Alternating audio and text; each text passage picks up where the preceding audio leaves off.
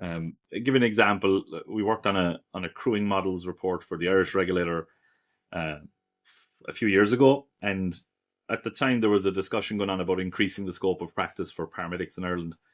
And our advice was, instead of just expanding the scope of practice for paramedics so that it becomes very close to the advanced paramedic role in Ireland, which is not the same as the advanced paramedic role in the UK, um, that it would be probably the best way to do it would be to look at, like, why do people request ALS support?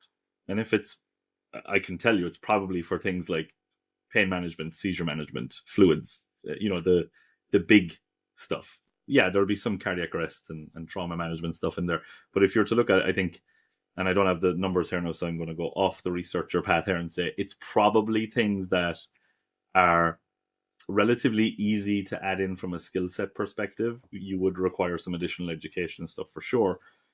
But rather than expanding scope of practice in a way that isn't targeted, instead use your data and say, okay, we are calling out advanced life support for these 3 or 4 big ticket items. Those items will now become part of the scope of practice for everybody. And then you reduce your need for ALS for those things, and you can keep your ALS resources then for the more high acuity stuff, or again, redesign service delivery so that these are targeted ALS intercepts or whatever it happens to be. But that realistically, that kind of intensive care scope of practice isn't needed for community paramedicine, but can be very helpful if the community actually would benefit from it.